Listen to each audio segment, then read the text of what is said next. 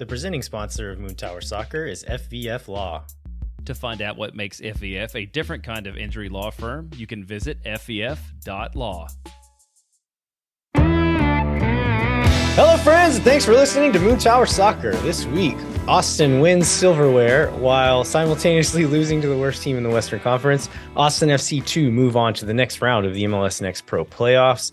We have a few other pieces of Austin FC news to cover. My name is Landon Cottam, and I'm joined once again by Mike Cragnola. Mike, thanks for joining me, man. Yeah, thanks for letting me come back, Landon. I've been telling everyone how excited I was to talk about soccer for the first time, and I'm glad I didn't mess it up. We got to go to a concert together last night, kind of accidentally. We independently bought tickets to the same concert on the same row, 2 seats away from each other. So once we figured that out, we kind of made it like a little date night. But it was a very nice evening. It was at the beautiful Paramount Theater, really great venue if you ever get a chance to go see something there. And it was a nice evening where it was four people together who know each other through soccer stuff, but we didn't talk about soccer once all night. And that was great. I think last year I kind of realized how much of my life that all of the soccer stuff had kind of taken over. And so at a certain point, I started making a conscious effort to kind of like make more space for other things in my life that used to kind of be the things that I did or things that make me happy or were kind of like the main things that made me happy. And I realized those kind of things kind of got pushed out for this new soccer life that I have. And last night was one of those things. There's like a band I really enjoyed with people I really enjoyed. And so that was beautiful and a good reminder. And I would encourage other Austin FC fans to do the same thing, especially in a season like this, right? Like find things that make you happy. And like, I know there's going to be different levels of investment in the team and different ways of being a fan and different ways of kind of putting yourself into the community and into the team. But check in with yourself and make sure that you're being a fan in a way that's good for you and for your circle and for your people. Just make sure that you're not being mean to yourself by being a soccer fan. Yeah, and it's funny you say that because that was actually the second show we had been to this weekend, Steph and myself. And the first show we went to, we saw a whole bunch of people from the Austin FC community, and it was super cool to see everybody. And then just talk about how excited we were for the thing that was happening that night. We went out to see Death Cab for Cutie and the Postal Service. There was a whole contingent of folks that we've met through the soccer community there. And it was really neat to like see people outside of Austin game days, even though it was an Austin game day and I was wearing my Austin FC jersey. We were talking about the band and how excited we were to be there and the absolute nightmare that it is to drive out Dakota, right? And so, it wasn't, it was a reminder that like everyone that we know through this is a multifaceted person with like other things and other interests. And it was a really nice, healthy reminder, Yeah. Be kind to yourself, folks. All right, let's talk about this week's soccer. Now is the time. We have to talk about soccer now, Mike. We get to, Landon. We're blessed.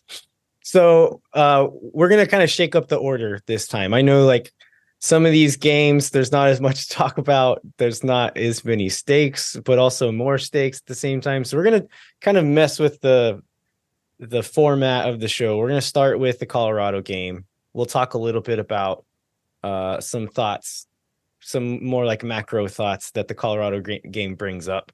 And then we're going to go into an article from The Athletic that talks about the playoff format and how it very much resonated with us as Austin FC fans. And so there's some interesting thoughts we have on that. And then we're going to spend some time on Austin FC 2 in the last segment because they are in the playoffs right now and doing quite well. And so that's something to be excited about and something that deserves a bit more time than just a few minutes here at the top. So we're going to save the last segment for them. right now we're going to jump into Colorado review. As I mentioned in the opening, Austin FC won silverware on the same night that they got beat by the Colorado Rapids. Yeah, you're not focusing on the right thing. Austin FC is the greatest team in Texas.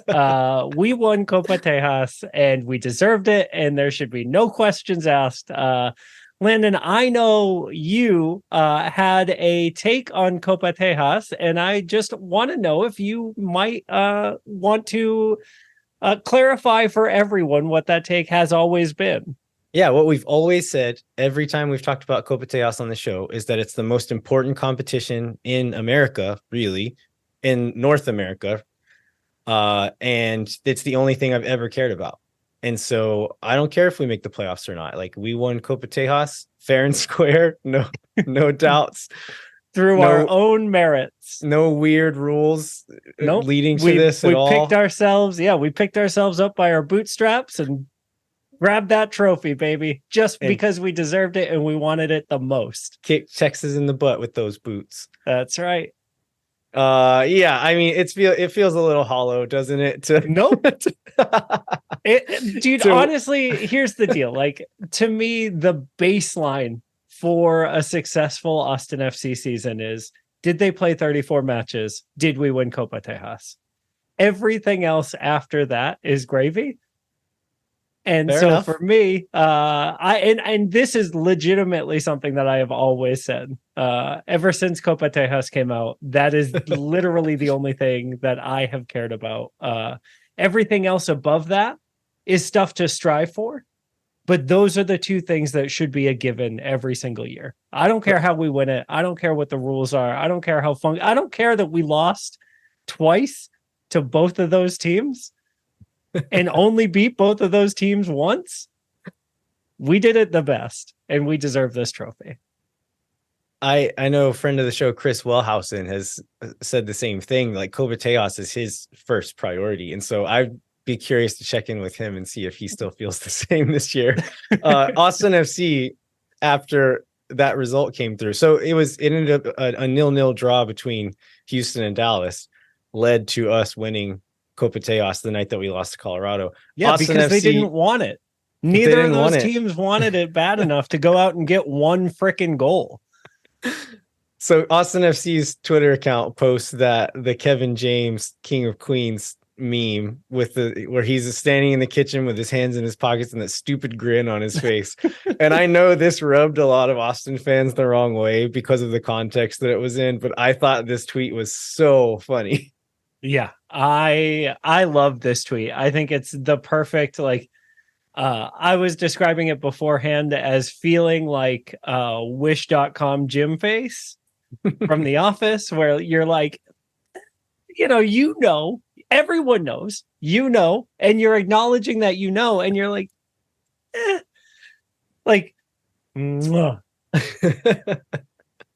Yeah, I'm here for it. I think the Austin FC social accounts, as good as all of like the photo and video content is, I think like the fun stuff like this doesn't happen as much from the social admins. And so to see just like kind of a silly moment like this made me happy. All right, let's jump into the game here. So Austin FC lose 1-0 to the Colorado Rapids. It was kind of a pitiful game to watch. Austin dominated possession, but was at the same time never really threatening. I think it was 13 shots to 6 in favor of Austin, but not a lot of dangerous ones. I think Austin played in 32 crosses during the course of this game, most of them unsuccessful. It's just like playing it onto the forehead of a tall Colorado player over and over and over. Another match where we sent in 30 crosses at home against Violette, but similar feelings walking away from that one. We won that game, so maybe they were trying to recreate it. Then expected goals ended 1.1 to 0.9 in favor of Austin, but I did the math here, and about almost 0.9 of the 1.1 XG all come in the span of a few seconds, where Will Bruin gets a header from about 5 or 6 yards out. A strong header. It hits the keeper in the face. The keeper does well to stand his ground, but has no chance to react or do anything. Hits him right in the forehead, bounces back. There's a scramble. It falls to Fodrey kind of on the outside of the box. He hits it just blind over the top of his head, and it falls into the box to Rigoni. He gets a header. It's a pretty well taken header too, and the keeper does well to get a hand on it. That save rebound, to me is the save of the match. Like it was good. That saves the match for Colorado, because man, that was a reaction move, right? Yeah, and then that rebound falls to Bruin from like 3-4 yards out. There are 2 defenders in front of him, so there's still work to do, and he tries to roof it far side of the goal when I think like a side foot dink near side to the left there would have been enough, and he blasted over the bar, and like the only proper chance we get all night, and he wastes it. So Landon, as someone who has mastered the roofing it goal, what would your advice be to striker Will Bruin? Be closer to the goal when you hit it that high. Because that's the only thing I did different. Yeah, literally all I could think of was you describing your goal in the run of play and that goal chance, like kind of superimposed on each other. Yeah, the only difference is about 1.5 yards. I was just closer, and so it didn't have as much space to get out. But yeah, what I loved about the end of that sequence was CJ running over to pick Will Bruin up right away. Yeah. I know we're going to talk about this in a little bit, but like you could tell that CJ had been playing with a team that's been winning all season. Yeah. Like that mentality shift between Will Bruin falling to his knees and CJ running over to be like, man, he almost had it. Like that difference, I think, was very on display in that moment. Yeah. We'll talk about CJ again here in a bit. Let's go through the lineup real quick. So Driussi unavailable, Zardes unavailable, and then Urruti also, correct? Not on the bench at all? Correct. He was not on the injury report though, so I'm not sure what's going on there. So we ended up he was at a concert with Driussi the night before. Maybe he was sleepy. Resaca. I'll let y'all look that one up on Google Translate. So we ended up getting Stuver in goal, Nick Lima at right back / flex center back, Cascante and Väisänen is the other center backs. And it was, to give context here, the shape ended up being defending in a 4-4-2, attacking in that box midfield, like the 3-2-2-3. And so the back four in defense was Lima, Cascante, Väisänen, and Gallagher. And then in defense, the middle line there was, let's see, how did this work out? Pereira and Valencia as the center midfielders, Owen Wolff as the left midfielder, Finley as the right midfielder, and then Rigoni and Ring as the kind of pressing forwards. And then as we shifted into the attack, Gallagher would push up and become that left winger. Pereira and Valencia would be the deeper midfielders. Alex Ring and Owen Wolff would be the attacking midfielders, and you had Rigoni as the striker and Finley as the right wing player. It's again, like, I don't know what else there is to say. It just, we had a lot of the ball, played it too slow sometimes, had some poor movement. We're unable to, when we got into good positions, either the movement or the lack of speed of play or a bad pass would kill it, and we'd end up having to play it backwards, or just players weren't seeing a run or players weren't making a run. And it was just kind of the epitome of what has gone wrong this season, I feel like. Did you see anything different than that? What I did not see was Ethan Finley. And then I didn't, literally watching this match, I didn't realize that he was on the field until the announcers even were like, you know, whose name we haven't said tonight? Ethan Finley. I wonder what he's doing. And like that level of completely shut out of the game seemed to be a lot of what this like frustration was for Austin. Like when you're playing effectively 10 on 11 in like involvement, you're not going to have created enough width to give this system the room to breathe that it needs. And it's really hard to win. It's really hard to score, and it's really hard to do well when you just don't include all the pieces of the attack. Yeah, and there's several moments where he had space over there, and all it needed was like that diagonal switch to him, and people weren't looking or were afraid to hit it or would try something else. And we get the ball over to Gallagher wide left, and Kevin Morris posted a few videos on Twitter over the last couple of days where Gallagher would receive, and there'd be players on the back line, like with Colorado's defensive line kind of moving backwards with 3 or 4 players along that line. And that's a pretty good position to be in, right? And either the player wasn't making the run, or if they did make the run, the ball wasn't coming. And those are the moments that, like, in this system, you need to take advantage of those moments. And we just not confident enough to, not interested in doing it, not looking for it, a combination of all of those things. But yeah, it felt like the one move from defense into the attacking third was Danny Pereira dribbling and then passing out wide to Galley. And that was it.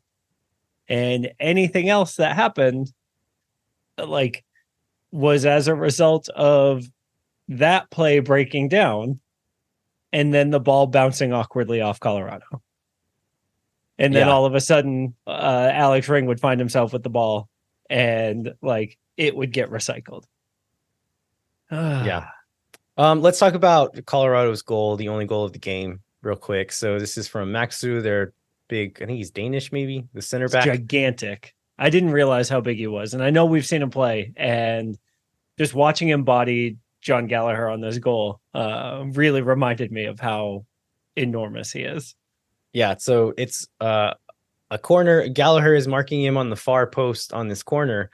And one of my first questions is, why is Gallagher marking this guy? But they have like 3 or 4 pretty big guys. And so you kind of have to pick your poison there. And so maybe put Gallagher on the one farthest away from the ball. I don't know what the logic is there, but there's going to be a short guy covering a big guy no matter what you do. And so he's marking Maxu. On the replay, you look, and when the ball comes in, a lot of times when we give up these goals, it's because someone loses a mark. A guy is just faster than someone. On this goal, everyone's matched up. Everyone has their body on a player. And I think, like, in Gallagher's mind and everyone else's mind, they're like, hey, we did it. We're going to get this one. But Gallagher wasn't really watching the ball, and Maxu was. And so Gallagher they kind of like have, it's like a wrestling like lock, right? Where they each have their hands on the shoulders and are facing each other. But Maxu is facing the goal and sees the ball coming in and just sticks his foot out and lets the ball fall onto his foot and pokes it into that back post there. And Gallagher just like looks stunned that, like, I had him. I was stopping him from winning a header. He wasn't going to win a header. Yeah, it looked to me like, if I can't remember if it was Nick Lima or Johan Valencia, but it was one of the two of them was going up for the header. Valencia is the one who jumped. Take the ball out. And if he had 2 inches, that ball is cleared, right? And Gallagher had done everything except sticking the foot out. Johan just didn't have the height on it. Julio was locked in with his guy so that his guy didn't, get the header first. It was like every single thing except maybe half a step is what separates us on that goal. Yeah. I would love to talk to like a set piece specialist about why Austin FC is so bad at this. And like, I think size is part of it, but there's got to be something else that, like, I just don't know enough to see. Have you considered curses? Yeah. I mean, I wouldn't rule it out this year. What are there any other like standout moments or notes you have about the game? Yeah, I had a couple of notes about the second half because I texted you during the first half of watching this match and just was like, why am I doing this? It was a brutal first half of this game. The second half picked up. I thought we came out with a better look, like we actually were, you know, uh trying to make things happen, and it seemed like the energy was up, and that was good to see. And my first note was like, as we are getting into the final third in the second half, it's like they do a full team rotation, and all of a sudden it's like first half team comes back in. And for example, in the 68th minute, like we've got numbers in the attack. Everybody is pushed up, and the ball comes out to Johan Valencia, who I think had one of his best games. Again, it seems like the more reps he's getting, the better he is becoming. I thought he was awesome, except in this one moment where it seems like his brain just completely turns off. He receives the ball at the top of the box, and probably 10-15 seconds go by where he's just standing there. You know, when you're playing FIFA against like low level difficulty, and like you just stop moving and all the computer players stop moving and everything just like pauses a second. It was like somebody unplugged Valencia's controller. I don't know how to frame what I'm looking at other than everyone had a glitch at the same time. And then nobody made the run to like open a space up. And so he just kind of like has no choice but to play a through ball to no one. And then we turn it over. Yeah, is anything, any other notes before we move on to maybe a couple of player notes? Yeah, it seemed like after that Will Bruin miss, everyone just decided, oh, we're going to shoot now. We're going to shoot until we score, because doing the thing that we're supposed to do hasn't gotten us the goal that we're supposed to have. What if we just rocket balls in from everywhere? Yeah. And it's like you, in a moment like that with your back against the wall, you want to see a little bit of like desperation and like more ambition, but I think this is maybe the wrong kind, right? Yeah. It was like on the one hand, I was excited to see someone shooting, and on the other hand, not that shot, right? Yeah. You'd rather it be maybe like an ambitious 1-2 or like an ambitious little wall pass thing where you're trying to do like combination that is a little risky, but the reward is higher. But instead it's just like, we're going to cross harder and from farther away and maybe take a shot sometimes. Yeah, we're going to rip a bunch of shots from 20 yards out and see what happens. And like, you know, there's always the Nick Lima 20-yarder that you're hopeful one day one of these goes in and we can like storm the field together. But I don't know. I don't know that tonight was going to be that night for him. Yeah. I wanted to talk. Sorry, go ahead. No, that I was going to say those were kind of the like overarching general thoughts I had about the game. It's like we would do the plan until somebody would glitch, and then at the end we just threw everything out and like went for broke, and that didn't work either. So curses. Yeah. I wanted to talk about CJ Fodrey a little bit. I think he was one of the highlights of the night. I think he had a decent outing. It wasn't like all great, but had some fun little moments, including one that led to that last shot we talked about before. He had that rookie energy in him where he's like, doesn't know that he should be nervous right now, which is great. Like, I love seeing that. Do you think I've seen some people posit that this is proof that CJ Fodrey should have been playing more earlier? Are you in that camp, or what's your view on that? I am incredibly patient with young players getting playing time. for multiple reasons. I think I was ready to see CJ on a loan to a USL team, probably earlier than most from his Facito days. Yeah. I was ready to see him go out to San Diego maybe at the start of the season. I thought that was going to be the plan, right? I thought we get this guy in the draft, we send him back home, he gets a whole year of seasoning, he comes back next year ready to compete for a first team starting spot. Because, looking at our contracts, right, we came into this year thinking we had a decent number of wingers. And so that was kind of where my head was at. When it became apparent that that wasn't the case, and he was going to be here all year, I was fine with him staying in the second team, playing as many minutes as he could get to like break through that first year out of college player wall, right?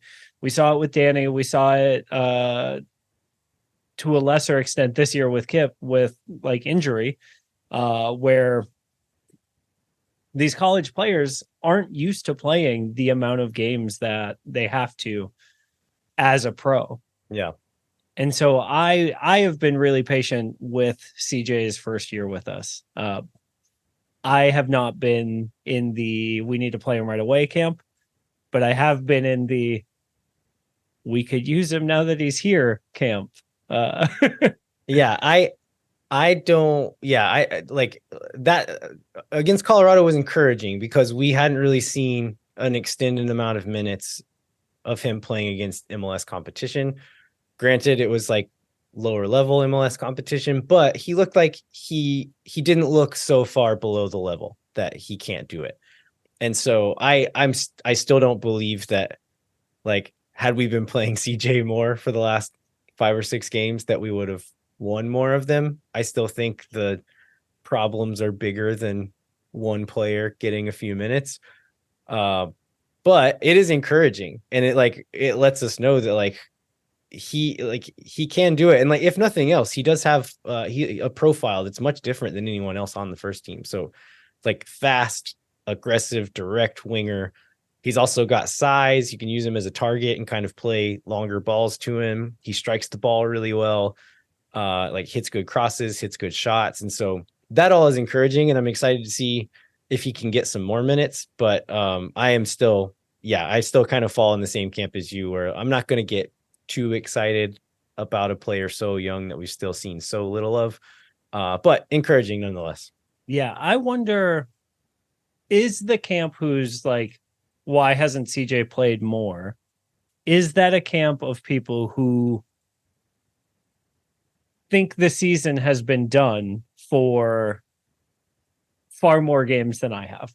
You know what I mean? Yeah, I think like in baseball, we would always have this like youth movement rallying cry from people whose teams were under 500 at the All-Star break, right? Like, yeah, we know we're trash. Play the kids, see what we have, see which are assets for trades and which ones we're going to build around in the future, right?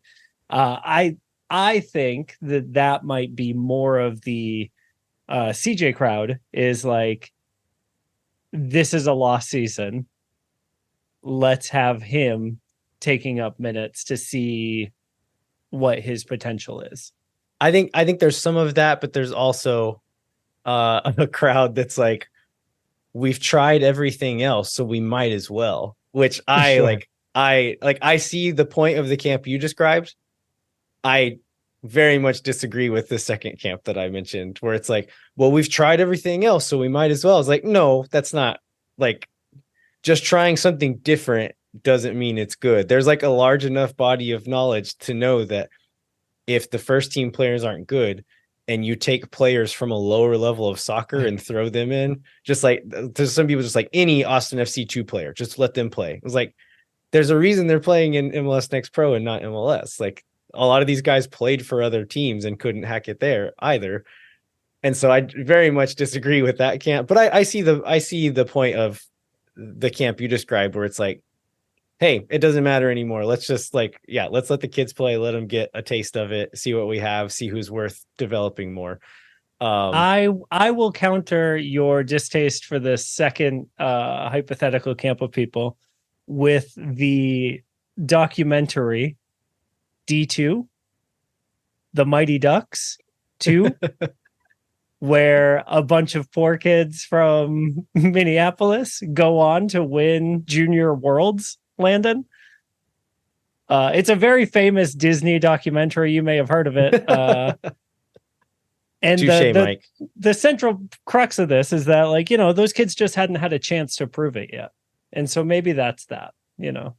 Yeah. None of the kids who for Austin FC2 have played for multiple other teams and ended up here have ever gotten a chance to prove anything. I'm just saying, what if one of them has a knuckle puck? Good point.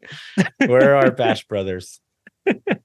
Okay. So I think this leads us to an ever-present point, but I think any manager. Are we gonna have the Wolff out conversation now, Landon? I don't like. I've said on the show how bored I am of it, but like until we win a game, it's still relevant. And like even once we win a game, it will still be relevant because like any knuckle puck can go in the net.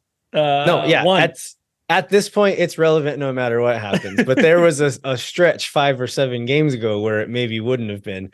But like, how many managers when you're in 13th place and have not won a game in 10 games would still have a job, right? Like regardless of what you think about like why things are going wrong, how much of the blame falls on Wolff, like it's almost irrelevant at this point. Like it's almost like an example needs to be made kind of when you get to this level.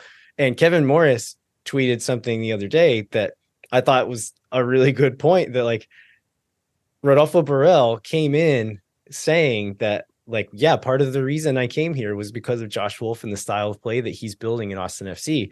And if he wasn't here doing that, I wouldn't have come.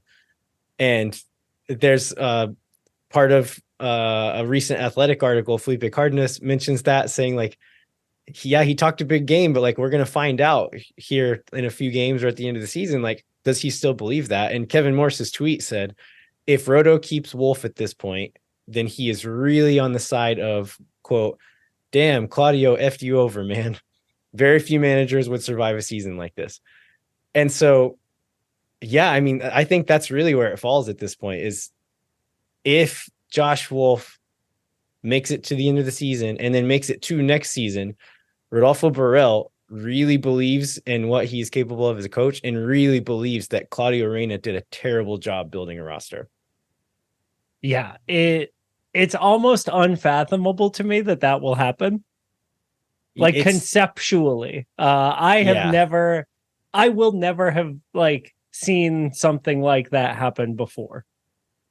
I mean, it's like, I'm not going to say it's not going to happen, but it almost seems, like you said, unfathomable that he keeps his job at this point. But because of all these quotes we have from Borrell, maybe that's what's going to happen. Like maybe he's saying, yeah, I think this guy with the right players can do something good. And to extend a metaphor a little bit here, this would be if Josh Wolff starts Austin FC's 2024 season as the manager of this team, he will have successfully pulled off the triple deke, right? Like this is it. This is the once in a lifetime Disney documentary of like sports coaches. I don't understand something Gordon Bombay. Quack, even Gordon Bombay wouldn't have been able to continue leading the Ducks if this were his season. So it's just, I don't know. I have my money on, not my money, obviously. I'm too scared. But I have my thoughts that Wolff will be given through the end of the season and then let go in the offseason graciously. I mean, that seems like the most likely outcome at this point, but who knows, man? Crazier things have happened, right? Yeah. All right. Well, I think we should take a break. We'll come back and we're going to talk about that athletic article talking about the MLS playoff format, and we'll kind of combine that into our previews for the next two games. And then after that, in the last segment, we're going to come back and talk about Austin FC 2 and their continuing playoff run. Hang tight. We'll be right back. No one is around.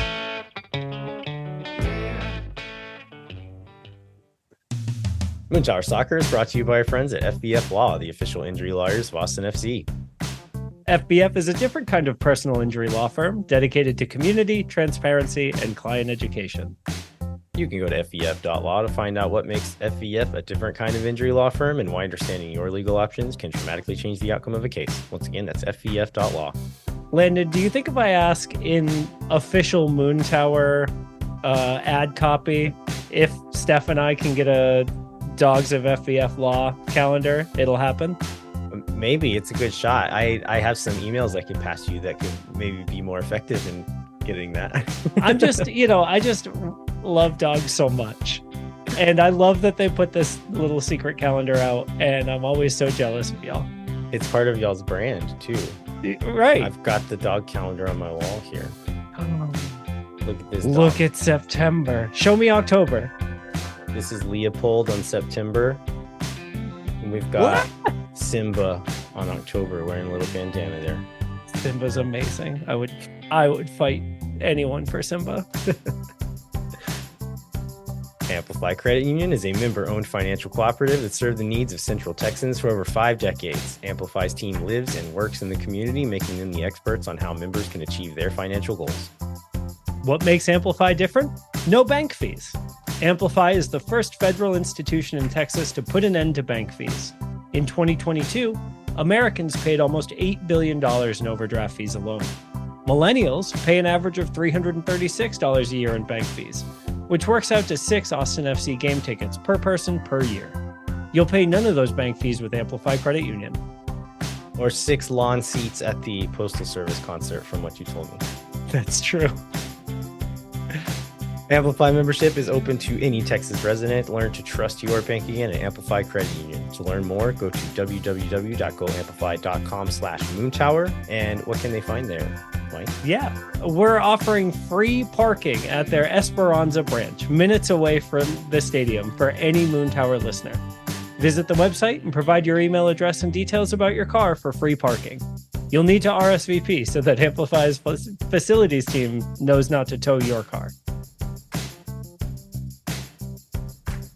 Our premier sponsor, McGuire Woods Consulting, helps companies and nonprofits navigate the political process in the Texas Capitol and also at the city and national level through lobbying, communication strategies, and general advocacy. With offices across the country and in 10 MLS cities, including Austin, Houston, and Dallas, McGuire Woods Consulting is solidly verde and black. Learn more about our friends at McGuire Woods Consulting at mwcllc.com.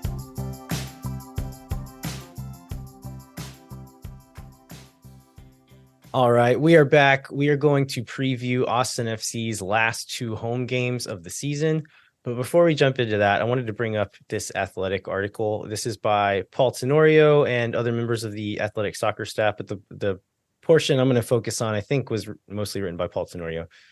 And the title of it is Expanded MLS Playoff Format Puts the League at Risk of Complacency. And so kind of the crux of this is that MLS, by expanding the playoffs so much, I think part of the idea was giving Apple TV more game inventory, right? More exciting games to put on TV, more eyeballs, more money. That's the main point. But I think also by getting more teams into the playoffs, you have more fan bases, more cities, more teams engaged for longer throughout the season. And Paul's point in this article is that maybe that's kind of backfired a little bit because, like, by making it so easy to get into the playoffs, the stakes are lower and less people care about it. And there's a quote here that says, anywhere else, talking about Sporting Kansas City, who lost or failed to win in its first 10 games of the season. Can you imagine 10 games without winning a game? That's crazy. Who would do that? But there's a quote. Sounds like a team ripe for a comeback story and a documentary. So he says, Anywhere else in the world, that form is fatal. In MLS, it's shrug worthy. If a fan knows their team can fail to register its first win until May, like Sporting Kansas City did, or can win one game from July 8th to October 1st, like DC United, and still have a playoff shot, why should they bother tuning in or showing up until the final weeks?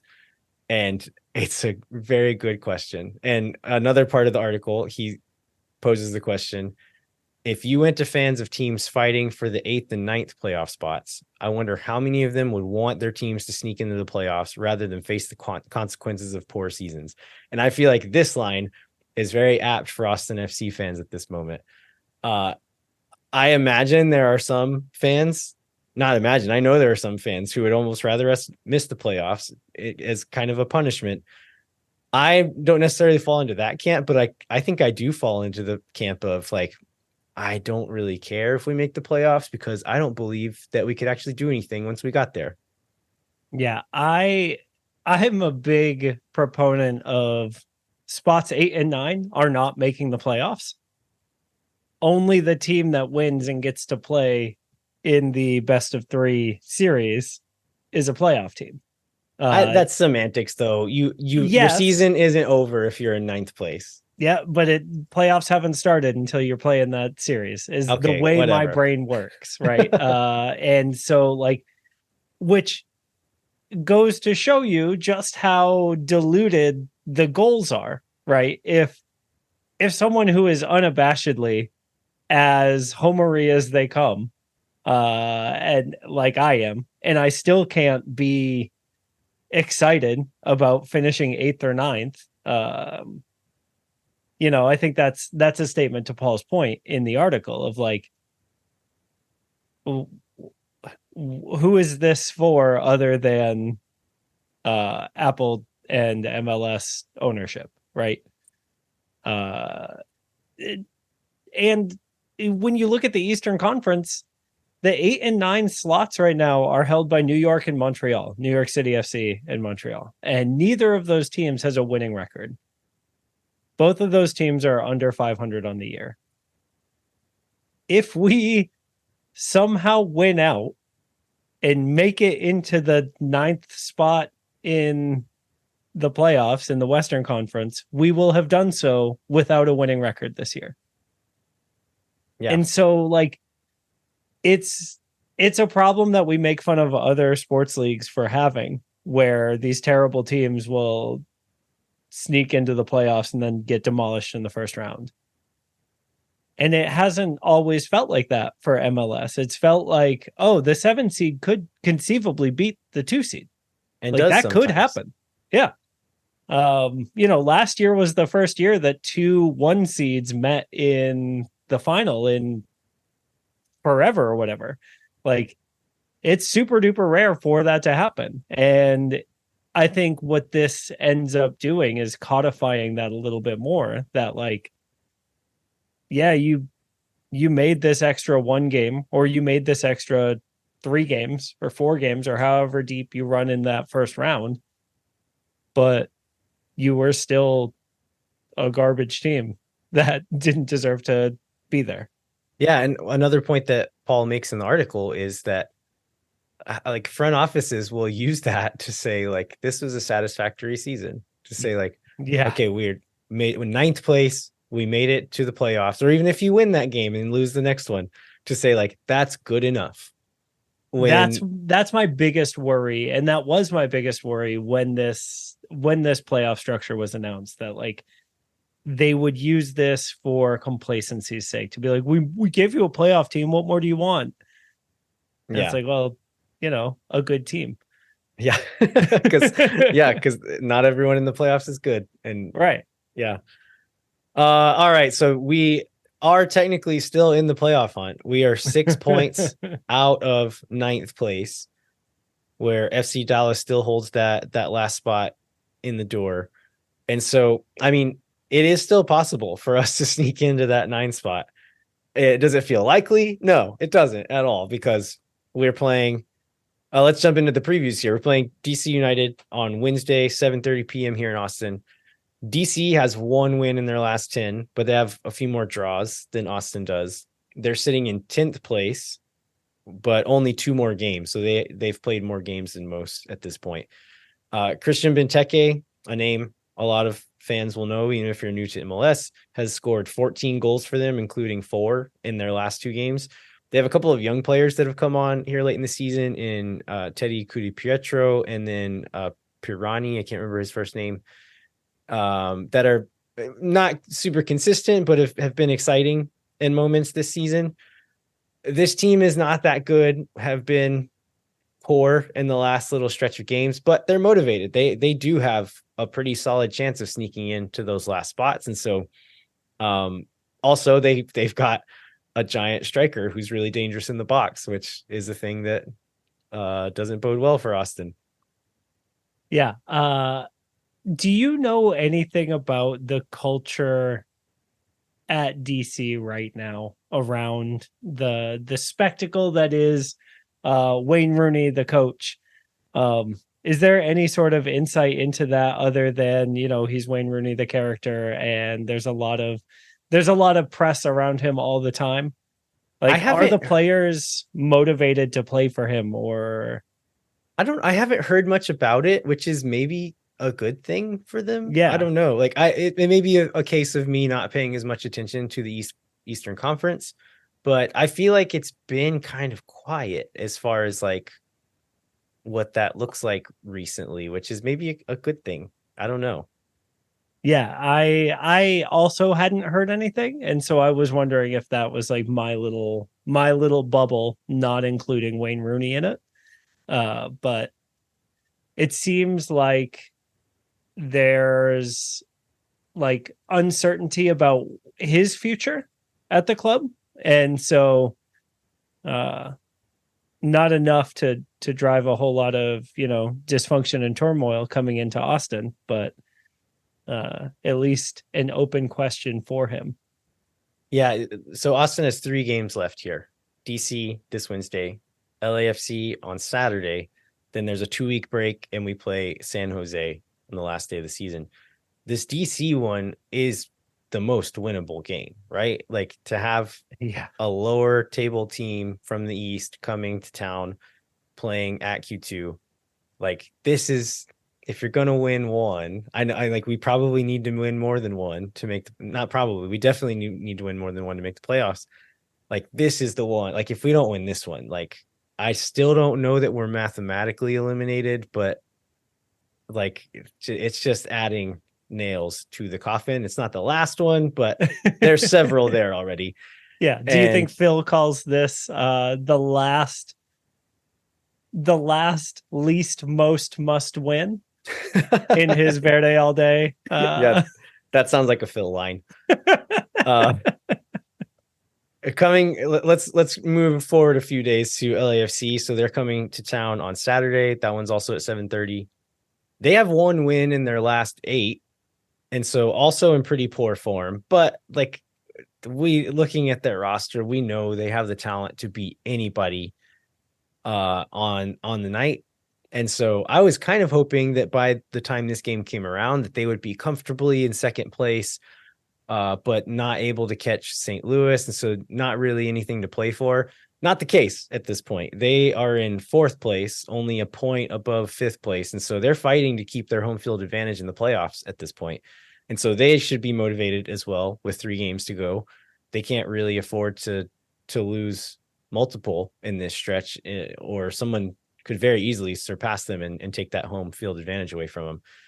And so, I mean, yeah, I don't like we've surprised LAFC before, and I know they're in poor form, but again, it just feels so unlikely at this point. Maybe they'll win against Minnesota on Wednesday and wrap it up and be comfortable. They'll come to Austin, they'll have too many tacos, they'll take it easy. You know what I mean? Yeah, we'll see if that happens. I'm not gonna place bets on that one. But after this LAFC game, there's, as I said before, there's 2 weeks until decision day due to the international break, which is so stupid. There's like a pretty good chance that there's not going to be anything to decide for Austin on decision day, right? And so, like, it might be a spiritually early off season for us after this LAFC game. And like that, it's going to be a pretty sad final day of the season in that case. Yeah. This fall's international windows are so wild, right? Like we've got this one separating the last match of the regular season. And then after the first round of the playoffs, there's another international window separating that from the second round of the playoffs. Because in my head, I am still planning for us to go on an unbelievable end of season streak that defies logic, that defies expectation. And here we go, baby. All the way straight to the MLS Cup, first 9 seed to do it.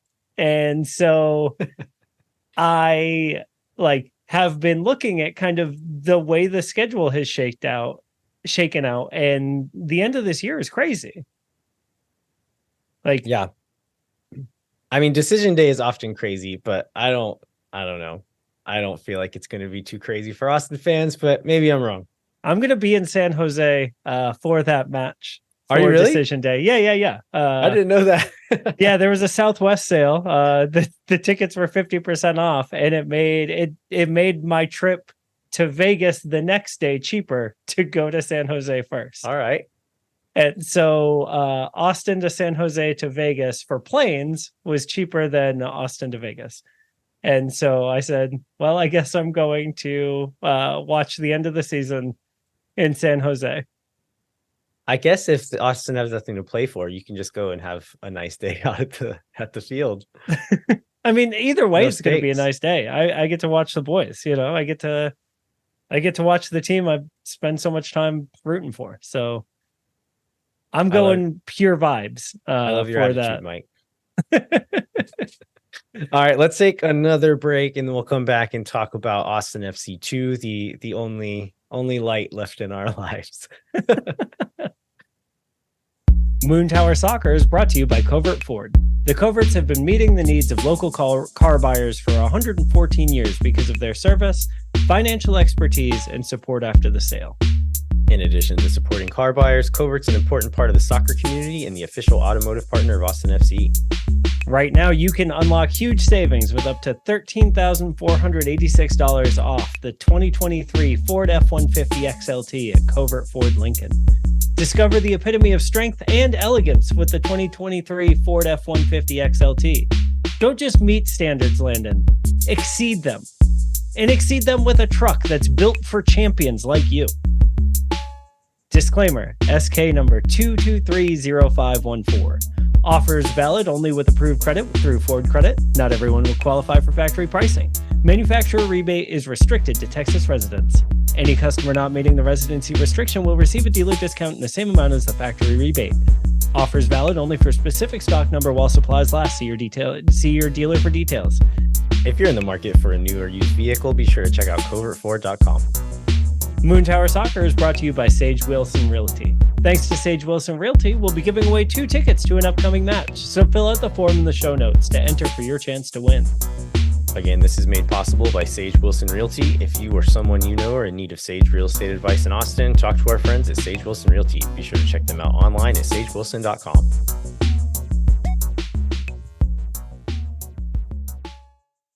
All right, we are back. We're here to talk Austin FC 2. So they recently beat Sporting Kansas City 2-0. We're going to cover that match and then kind of what the rest of the playoffs look like. Before that, we're going to have a couple of pieces of Austin FC 2 and Academy news. So last week, I think the day the last show came out, Damian Loss and Joe Hafferty were both named to the MLS Next Pro Best 11 for the season, which is really cool to see those guys get recognized like that. Damian Loss is also named Goalkeeper of the Year. He was also awarded Save of the Year. That's right. Yeah, Twitter vote there, which grain of salt with how Austin fans come out in droves for Twitter polls, but I think the other ones are actually voted on by not Twitter polls. Listen, I'm just saying, Damian's save was great, and it was a good save. Nothing against that save at all. So, and it's funny, I didn't even think that was his best save of the year. I didn't think so either. But to me, it was more indicative of I know the save that I would have picked was absolutely the best save of the year. Yeah. Easy vote. Is there anybody else quickly that you like think should have been on this team in place of one of the Austin players? Like another Austin player you thought was more deserving than one of these two guys? I think both of them are super deserving of their spots. I think it depends on what you are like looking at MLS Next Pro as being, right? If you are judging everyone on like, this is the performances that they put in all year, Damian and Joe make perfect sense. If it is where could this guy go next? I think I might have I might have one different pick. You know, I might keep Damian and sub in a different player. But that's not, that's yeah, not I think you have to go for the for. best performances, right? Yeah. And I think the only other player that would maybe sneak in there is Sal Mazzaferro. Yeah, exactly. He's so good for this team all year, like unflappable, just really, really important. I think Joe maybe ekes it out for the fact that he did it in two different positions and was in a bit more of a two-way role. And he had the often. captain's armband. That's right. Yeah. Like leading that team that clearly had a mentality through the whole season that was unflappable to use your word, right? Like Joe has a large responsibility in making sure that happens. And so I think it's justifiable, but Sal was my other guy. Yeah. So, okay, going back to one other piece of Academy news. So Vigo Ortiz gets another call up to the U15 Mexican youth national team. I think he's been in with them a few times at this point, and they're getting prepped for some competitions coming up here. So cool to see him getting repeated call ups. These are no longer like we're testing out a lot of players. Like these are like solidifying their team for the next year or so. And so it's cool to see him getting those call ups and still being part of the conversation there. Let's go back to the Sporting Kansas City versus Austin FC game. So I think last show we didn't know who Austin was going to be playing. We're still hoping that maybe they would get a home playoff game. But because of the format, which is the first seed gets a bye, seeds 2 and 3 pick their own opponent. Austin FC was that 4th seed. We were kind of hoping nobody would pick them. We'd get a home playoff game. We get to play whoever was left over of the unpicked teams. Sporting Kansas City comes out right out of the gate, picks Austin FC to play, and not just picks Austin FC to play, but does it with what ended up being some prime bulletin board material.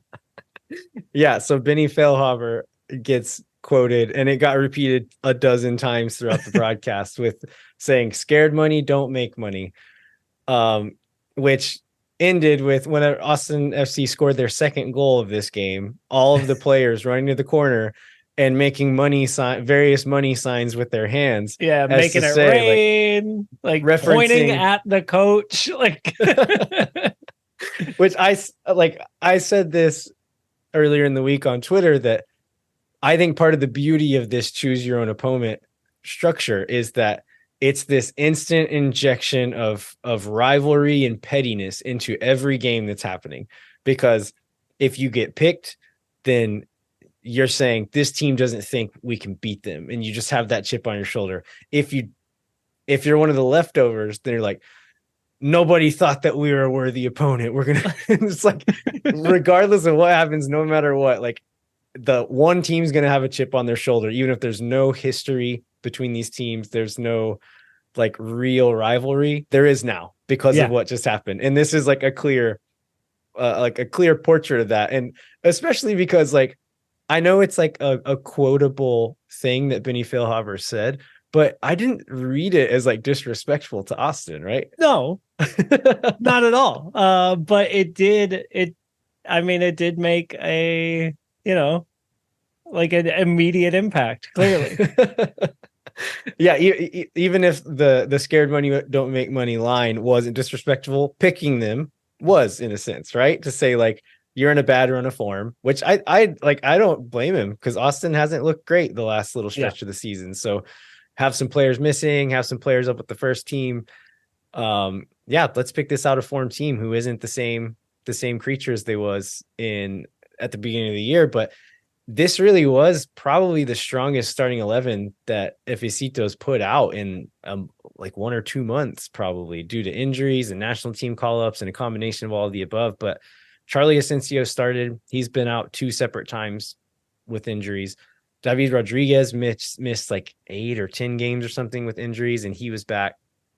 But starting those guys with Valentin Noel on the field, with Micah Burton still here from national team camp, with Czech Torre there, with because Charlie's in the game, not having to kind of shuffle guys around to make a proper back line. Like it's a decent, like a good back line. And Charlie looked good. Like, yeah, I think he, I think he is a leader on the next pro squad for sure in his play style. And he's definitely not afraid to get up into the attack and like give more options, right? Which we knew when he signed with Austin that was like part of his makeup. I remember when we originally signed him, Josh Wolff was quoted as saying, yeah, he's training with the wingers because we think he's a winger, not a fullback. And then here he is with Austin FC2 playing as a fullback, but looking a lot like a winger. Yeah. And you see, I know Anthony Deanda has been getting a lot of minutes lately, and 17-year-old, a lot of upside. Like as promising as he is, like the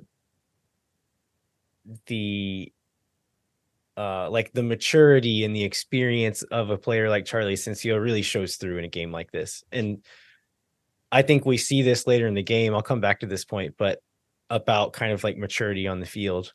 But talking about David Rodriguez, he's been back for a few games now, but this game was really the first time where I was like, okay, this is the guy we saw at the beginning of the season, where when he gets the ball out on the wing, he's fearless, and the guys he's running at are fearful. Like they should be scared because he's just going to run straight at you and make you make a decision. And so the first goal comes from David Rodriguez. I think it's transition moment, or we're playing out of the back. Either way, it's kind of like a scrambly moment where we kind of break out of a press situation, and David Rodriguez gets it out on the right wing. He's out in transition and off running. He's got 2 defenders kind of back in the box and a couple of players on the backside. As he approaches the box, Sebastian Pinot makes a really smart run kind of across the face of Rodriguez towards that near post. And it pulls a defender with him just long enough to give Rodriguez that space to get a shot off with his left foot. And it's one of those where the angle and kind of the position of where he is, you think like, okay, he's going to look far post, like far corner. That's what he's going to try to hit a curler, and kind of gives the eyes and then just hits a laser near post. And it confuses the keeper, and he's able to sneak it in right there, but hits it really well. Really good take by him, but also a smart movement from Pino to kind of help make that space for him. A few minutes after that, he gets another breakaway chance I think he like steals the ball and is off, and there's like maybe 1 defender back. He's got 2 guys backside, and he goes for the shot again, and this is a moment where an easy little layoff to Noel, and I can't remember who was standing backside with him, but they were both yelling at him after this one. And luckily that one didn't matter. I was afraid that one was going to come back and bite them and for not getting that second goal in that moment. Luckily it didn't matter. In the 86th minute, there's been some subs, and David Rodriguez is involved in this second goal as well. They break the press. Rodriguez gets it on the right side, plays a really nice kind of like lofted and curled ball over 2 defenders into space for Alfonso Ocampo Chavez to run onto. This first touch on this pass is just so filthy when he pulls it back. Whew. Oh, but even before that though, so the ball kind of falls into his path, but it's moving pretty slowly. Yes. And And he'd, it's like- one of those where like you'd almost expect him to like bring the ball to his feet and turn so he could face up the defender, but instead he kind of just like, it's one of those where you kind of like pivot your hips and let the ball run past you and just lets the ball's momentum carry it into the box and then brings it down and takes like that backwards touch around a defender, and the defender lunges and steps on his foot and goes down, draws the penalty. But really, like, really silky little move from AOC there, and a really nice pass to set him up from Rodriguez before that. But there's a little scuffle around who's going to take the penalty. Yeah. Bobo I saw that. It was a little... gets really upset. No, it's EJ Johnson. Yeah, it was EJ. EJ had the ball. He had put the ball down. And then EJ had been on for like 3 minutes. I think he has 2 goals this year. I don't know why he was so upset about it. He was convinced it was his, though. But Alonso Ramirez has taken most of the penalties this year, and I think he's scored all of them. And so I don't understand what it was, but he buries this one. They go up 2-0. This is where we get the money celebration. But I was talking about, as soon as the celebration happens, you can tell EJ doesn't care anymore. Immediately he's over there celebrating, which I love. Yeah, he's throwing money too. Right away. Yeah, you love to see that. Like, be a competitor, but also have your teammates back whenever it comes time.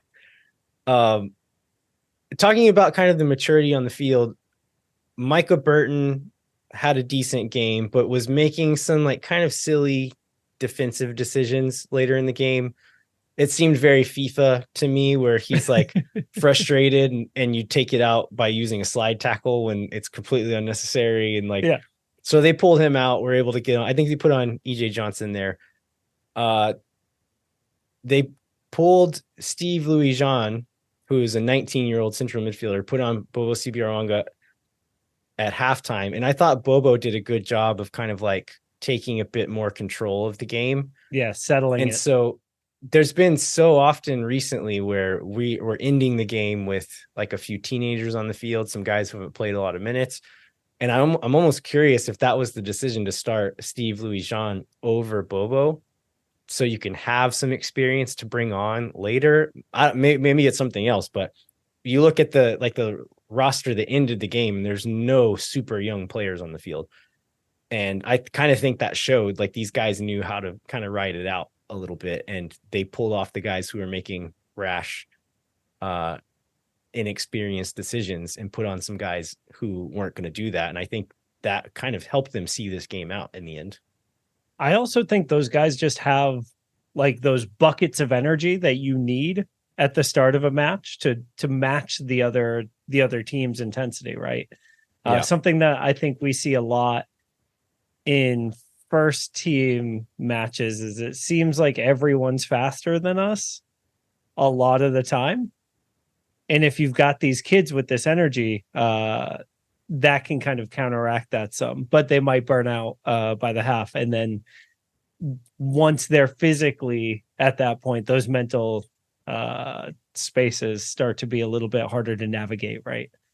It's probably both in a like certain helpings, right? Yeah, good learning moments for these young guys, though. Like, I'm sure the coaching staff are taking them aside and saying, like, hey, in this moment, like, this isn't helpful. I know like what you're feeling and what you're thinking, but like, this isn't good for the team.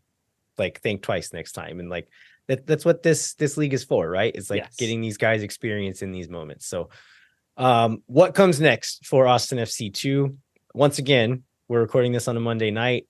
They're going to release the next matchups on Tuesday. I think it was late morning, early afternoon last week when they did it. So by the time you're hearing this, you may already know, but Colorado, because they finished first in the West, they'll get to choose their opponent from the winners of this whole first round.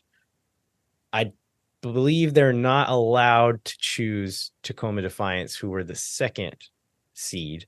And so really the only two options are we play Colorado if they pick us. If they don't pick us and they pick San Jose, then we'll play Tacoma. Both are going to be away no matter what. So this round is going to be away either in Washington or in Colorado. We'll find out on Tuesday. It will probably be Sunday night. Last week, we were the only Friday night game and all the rest were on Sunday. So I'm guessing they'll try to do mostly Sunday, but who knows? As far as who's going to be available, I think there's a potential for having a few guys missing, right? So it is going into an international break. Micah Burton is supposed to be leaving for another camp with the national team. In press availability, Josh Wolff told Phil West that he sees Damian Loss as the number 2 with the first team. And so if travel schedule doesn't allow for Damian Loss to both be here against LAFC and in Colorado or Washington for the second team, there's a chance that Damian Loss isn't available for this playoff game either. I don't know. I think they do exactly what they did with him against Sporting Kansas City, and as soon as the match is over, they fly him to the next game. I think they'll do it if it's possible, but I could see a scenario for whatever reason that it's going to be hard to get him there. But I hope it's possible. And like I've said this multiple times over the last couple of months that I'm fine with them making decisions that benefit the first team, even if it hurts the second team. But the goalkeeper is one where like I might be a little bit more flexible there, because a goalkeeper needs to play games. A young goalkeeper needs to play games. And I think even if it's like at a level that's maybe a bit below him, I think playing is better than sitting on the bench for the first team. I don't necessarily agree with that at every position, but for Damian Loss specifically, I kind of do think that. So I really hope that there's a way for him to play in this game and be on the bench for the first team. And like you said, they were able to do it this last week. Hopefully they'll be able to do it this week, but there's a chance. In any case, like missing Micah is a guy who's been starting most of the games over the back half of the season. Missing him will be it'll change things a little bit, right? Yes. I'm kind of thinking maybe, I don't know, what will we see? Maybe you move Noel back into that 10 position and start someone like EJ Johnson or Crystal Vela on the other wing there. Or if, depending on how we want to set up against the other team, maybe play a more defensive midfield and leave Rodriguez and Noel on the wings and play Steve Louis-Jean and Bobo as those dual 10s in front of Alonso Ramirez. But I've got a spicy idea, Landon. Let's hear it. If we lose to DC on Wednesday, send CJ. Put CJ on the wing for the playoff game. I think the value in competing in a playoff game within the system in a high pressure environment against the best team in MLS Next Pro or the 2 seed, because Tacoma, they have like decades of being good at this. There's like a real value in challenging some of these highest quality teams for a player's development. And so if the first team doesn't need him because we're knocked out of the playoffs officially or whatever, the second team does, and there's a value beyond first team practice or whatever that you can get from a match like this. So I wonder if, let's say, Austin FC 2 wins this next round and goes into the next game. I kind of imagine they'll play through the international break, right? Yeah, I have no idea. I would imagine. I don't know. I can't find anywhere that's offhand here that will say. But if Austin FC, the first team, is off, like, why not send CJ down and get him a game on his off week? Do you think the MLS Next Pro league office has thought through whether they're going to play in the international break or not yet? I mean, at this point, they would have had to. I wouldn't be surprised if they haven't told anybody what they thought. But by this point, they had to have like scheduled it, at least, even if it's not on the internet anywhere. They know. Maybe you're right. All right. Any other Austin FC 2 thoughts, Mike? They're the best team in the world. And every time we talk about Austin FC 2, I think it's important to remind people that they play scrimmages with the first team and get walloped all the time. And that's just kind of a fact. But they're still developing, and it's still fun to watch them, and it's still fun to root for them. That's right. It's about to be academy season again too. So I'm gonna be out at the training center on Saturday morning, standing on a bucket again. All right. Before we wrap up, we'd like to remind you to rate, review, and subscribe wherever you get your podcasts. We're still doing this. I think we said until the end of October that any written review that comes in this month, we will be sending a $5 donation to Community First Village. So yeah, help us out and we'll help out some other folks. And then if you want to continue the conversation online, come find us online at LViajero87 and JBentley_ATX. And then Mike is at Future X Skeleton. Everywhere. And then we are at Moon Tower Soccer on Twitter, Instagram, and YouTube. And then check out the Patreon. We still got stuff there. So we'll be sending out rewards as folks sign up there. And then check out Phil West's Substack, Verde All Day, where you can go to verdeallday.substack.com/moontower and get a 20% discount. Thanks so much for listening. We'll be back next week to review these last two home matches. And then since we won't have a preview for the next game, we're hoping to have a fun interview for you guys, and we'll cover any other news that happens. Until then, I'm Landon Cottom. And I'm Mike Cragnola. We'll catch you next time. When no one is around.